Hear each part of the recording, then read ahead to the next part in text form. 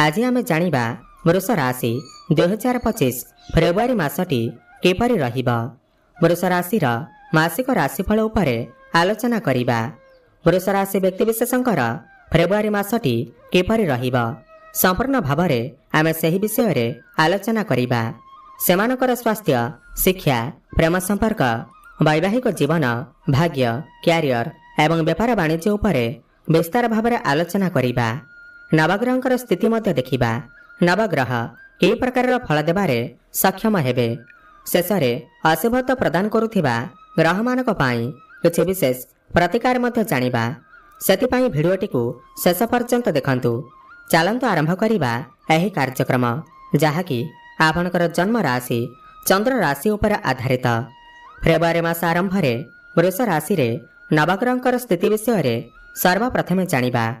एहा परिवारु जदि आपणकर भी वृष राशि होई थाए एवं आपण भी ईश्वरंकु सच्चा हृदय भक्ति करंती, विश्वास करंती, तेबे एही भिडियोटिकु लाइक करी कमेंट बॉक्स रे जय मां लक्ष्मी, जय हनुमान अवश्य लिखि दियंतु। ता सर्वप्रथमे जानिबा एही फेब्रुआरी मासरे नवग्रहंकर स्थिति किपरि रहिबा। जेबे फेब्रुआरी मास आरंभ हेबा ता नवग्रहंकर स्थिति किछि एही प्रकार रहिबा जेमिति आपण स्क्रीन ने देखुछंती। बंधुगण, राशि चक्रर द्वितीय राशि हेउछे वृष राशि एवं आपणकर राशिर अधिपति हेउछंती शुक्र एवं शुक्र आपणकर एकादश भावरे विराजमान अछंती एवं तांको सहित राहु विराजमान अछंती। आपणकर प्रथम भावरे देवगुरु बृहस्पति विराजमान अछंती। आपणकर द्वितीय भावरे मंगल विराजमान अछंती। पंचमरे केतु एवं नवम भावरे सूर्य एवं बुध विराजमान अछंती। आपणकर दशम भावरे शनि विराजमान अछंती। ध्यान दे सुनंतु। सबुठु प्रथमे जानिबा आपणकर स्वास्थ्य किपरि रहिबा एही फेब्रुआरी मास 2025 रे। बंधुगण, प्रथम भाव होई थाए आपणकर स्वास्थ्यर भाव एवं प्रथम भावर अधिपति हेउछंती शुक्र एवं शुक्र आपणकर एकादश भावरे राहुंक सहित विराजमान अछंती। बंधुगण देखंतु, एही मासरे शुक्रंकर स्थिति बहुत भल अछि। शुक्र आपणकर एकादश भावरे बहुत भल स्थिति रे अछंती। ताहा पुणी उच्चस्थ अछंती। एही मासरे आपणकर स्वास्थ्य बहुत भल रहिबा। आपणकर इम्यूनिटी सिस्टम बहुत भल रहिबा। किंतु बृहस्पति जे कि आपणकर अष्टम भावर अधिपति होई करी आपणकर प्रथम भावरे विराजमान अछंती।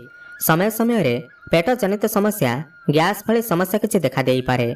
एथिप्रति आपण टिके ध्यान देबे, नहेले एही मासरे आपणकर स्वास्थ्य बहुत भल अछि। चिंता करिवार कोनोसी आवश्यकता नाही।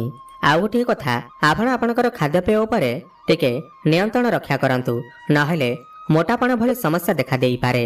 एबे जानिबा आपणकर शिक्षा क्षेत्र किपरि रहिबा एही फेब्रुआरी मास 2025 रे।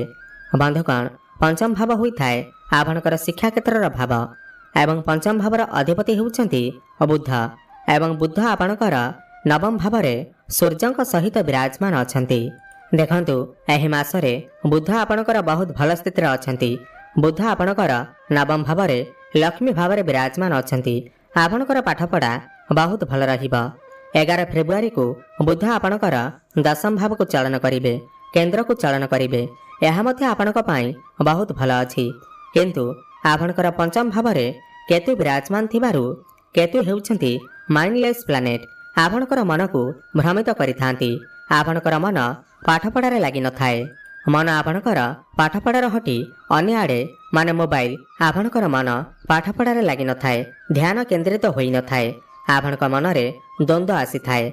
आपण भाबुथिबे कि मु जेउटा पढुछि पाठपढ़ा को नहीं जहाँ भी निष्पत्ति नेउछि सेथिरे सफल हेबी ना नाही, एही भली भावना आपणक मन को आसीपारे। किंतु एही मासरे बुध आपणकर भल स्थिति रे अछंती, सूर्यंक सहित अछंती। बुधादित्य राजयोगर निर्माण हेउअछि। ता पाठपढ़ारे आपण अवश्य उन्नति करिवे। पाठपढ़ा को नहीं जदि किछि बड़ डिसिजन नेबाकु चाहुछंती किमा कोनोसी नूतन स्थान रे एडमिशन नेबाकु चाहुछंती, कोनोसी फॉर्म फिलअप करबाकु चाहुछंती, ताहले एही मासरे निश्चिंत करि पारिबे। शुभफल प्राप्ति हेबा। 11 फेब्रुआरी परे जदि आपणकर किछि एग्जाम अछि तेबे सेथिरे आपणकु निश्चिंत भावरे शुभफल प्राप्ति हेबा। सरकारी क्षेत्र रे आपणकु अधिक शुभफल प्राप्ति हेबा। कॉम्पिटिटिव एग्जाम रे आपणकु सफलता प्राप्ति हेबा। एबे जानिबा आपणकर प्रेम जीवन किपरि रहिबा एही फेब्रुआरी मास 2025 रे। बंधुगण पंचम भाव ही होता है आपणकर प्रेम जीवनर भाव, शिक्षार भाव एवं संतानर भाव मध्य होता है। जमिति कि आपण को कहले पंचम भावर अधिपति बुध आपणकर नवम भाव त्रिकोण भाव सूर्य सहित विराजमान अच्छा। देखु यह मासरे आपणकर प्रेम जीवन बहुत भल अच्छी। बुध आपणकर भल स्थिति अच्छा एवं आपणकर राशि स्वामी शुक्र मध्य भल स्थिति अच्छा, लाभ भाव काम भाव अच्छा एवं आपणकर पंचम भाव को देखुंट। यह मासरे आपणकर मिलनर जोग बनब। आपण दुई जन मिसी कौन स्थान को बुलवाक जापारती, भ्रमण सुख प्राप्ति हेब। आपण टिके रोमांटिक नेचर देखा लगे। आपण दुई जनक मध्य भल पाइबा बढ़िब। कहीं प्रेमर कारक ग्रह शुक्र आपणकर पंचम भाव को देखुंट। जो मानकर कथबार्ता बंद हो जाइथिला, ब्रेकअप आदि हो जाइथिला, सेमानकर पुणी थरे कथबार्ता हो पारे, प्याचअप हेबार मध्य संभावना बनुअछि। जो माने भी सिंगल अछंती सेमानकु नूतन पार्टनर मध्य मिली पारंती। मोटामोटी देखिबाकू गले एही मासरे आपणकर प्रेम जीवन बहुत भल अछि। एबे जानिबा आपणकर वैवाहिक जीवन किपरि रहिबा एही फेब्रुआरी मास 2025 रे। बंधुगण सप्तम भाव होइथाय आपणकर वैवाहिक जीवनर भाव। सप्तम भावर अधिपति हेउछंती मंगल देव एवं मंगल आपणकर द्वितीय भाव विराजमान अछंती। एही मासरे मंगलकर स्थिति बहुत भल अछि एवं समस्त ग्रह मानकर स्थिति मध्य बहुत भल अछि। एही मासरे आपणकर वैवाहिक जीवन दाम्पत्य जीवन आपणकर बहुत भल रहिब। आपण दुई जनक मध्य तालमेल ठीक रहिब। वैवाहिक जीवन सुखमय व्यतीत हेब। जो दंपति माने संतानर कामना रखिथिले सेमानकु एही मासरे संतान सुख मध्य प्राप्ति होई पारे। आपणकर लाइफ पार्टनरकर क्यारियर मध्य ग्रोथ आसीब। आपण दुई जन मिसी किछि बड़ डिसिजन नै पारंती। जो मानकर विवाह होई नाही, विवाह बयस होई जाइथिले सेमानकर एही मासरे विवाह मध्य होई पारे। विवाह प्रस्ताव मान घर को आसी पारे एवं फाइनल मध्य होई पारे। मोटामोटी देखिबाकू गले एही मासरे आपणकर वैवाहिक जीवन बहुत भल अछि।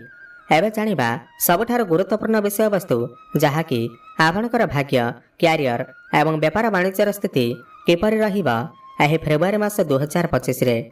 बंधुगण नवम भाव होइथाय भाग्यर भाव, दशम भाव होइथाय क्यारियर भाव। नवम भावर अधिपति हेउछंती शनिदेव एवं शनिदेव आपणकर दशम भाव विराजमान अछंती। देखंतु एही मासरे आपणकर भाग्य बहुत भल अछि। कहीं भाग्यर स्वामी शनि आपणकर केन्द्र रे दशम भाव विराजमान अछंती एवं भाग्य भाव सूर्य एवं बुधादित्य राजयोगर निर्माण करुछंती एवं बृहस्पति मध्य आपणकर भाग्य भाव को देखुछंती।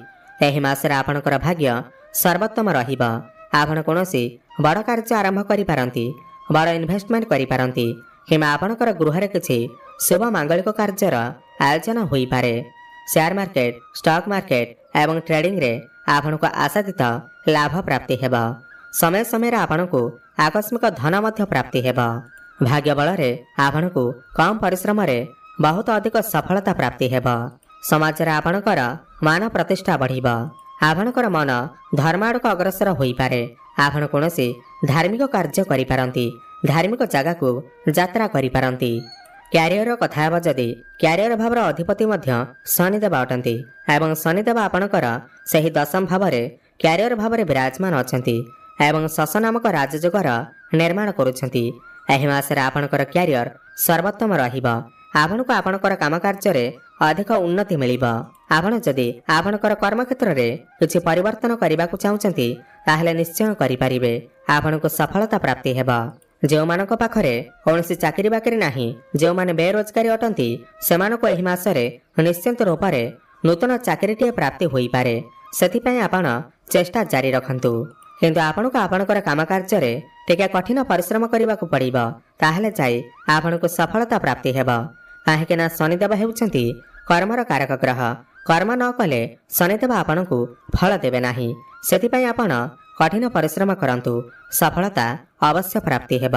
कर्म क्षेत्र रे ओपर ऑफिसरंकर सपोर्ट आपनको प्राप्ति हेब। आपणकर समस्त कार्य गुड़िक सुरखुरी रे होई जिवो। कौनसी एमएनसी कंपनी रु आपनको जॉब ऑफर मध्य आसी पारे। लौह जातीय काम, कंस्ट्रक्शन काम, इम्पोर्ट एक्सपोर्ट काम, ब्यूटी पार्लर, स्टेशनरी शॉप एही सब क्षेत्र रे कार्य करुथिले आपनको सफलता प्राप्ति हेब।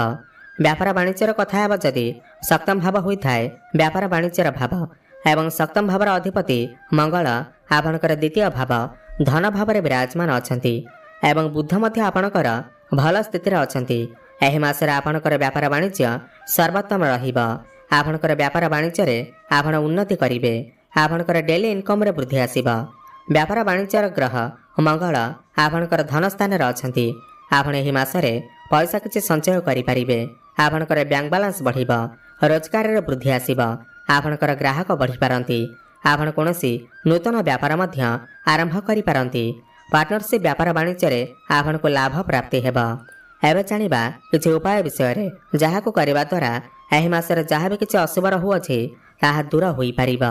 देखिबाकू गले एहि मासरे कोनोसी उपाय करिवार आवश्यकता नाही, किंतु अधिक शुभ फल प्राप्ति करिबा पई आपण प्रत्येक दिन हनुमान चालीसार पाठ करंतु, गायत्री मंत्रर पाठ करंतु एवं बुद्धंकर बीज मंत्रर जप अवश्य करंतु। ओम ब्रांग ब्रंग ब्रंग सह बुद्धाय नमः 108 थर प्रत्येक दिन जप करंतु। शुभ फल प्राप्ति हेबा सहित आपणकर भाग्य रे उन्नति आसीबा। धन्यवाद।